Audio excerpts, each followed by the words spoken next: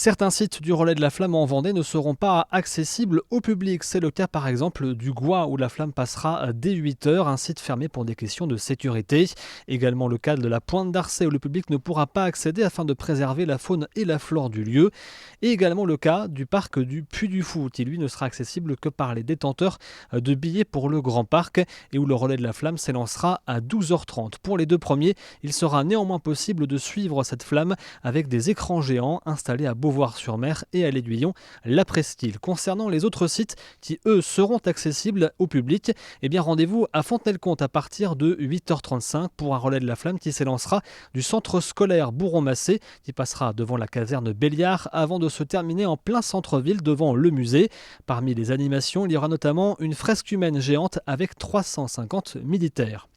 Direction ensuite Montaigu-Vendée avec un départ du relais prévu à 11h29 depuis le collège Jules Ferry avant de traverser le centre-ville en passant par l'hôtel de ville et une arrivée au complexe Maxime Bossis, habitué à accueillir tous les ans le mondial football de Montaigu et où plusieurs milliers d'élèves vont composer une fresque aux couleurs des anneaux olympiques. Le relais de la flamme partira ensuite à 14h51 dans les rues de la Roche-sur-Yon, départ au complexe Arago, passage près du stade Jules Ladoumègue avant de revenir dans le centre-ville en passant devant l'hôtel du département, puis la place de la Vendée. La flamme traversera ensuite le Haras où une chorégraphie équestre est prévue avant de terminer sa route place Napoléon. A noter que de nombreuses animations sont prévues place de la Vendée dès 9h30. La flamme achèvera son relais vendéen au Sable d'Olonne à 17h58.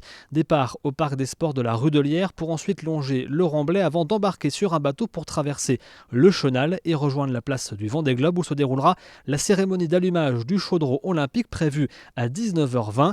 C'est à noter que la place du Vendée Globe sera accessible au public, mais que la jauge sera limitée à 10 000 personnes.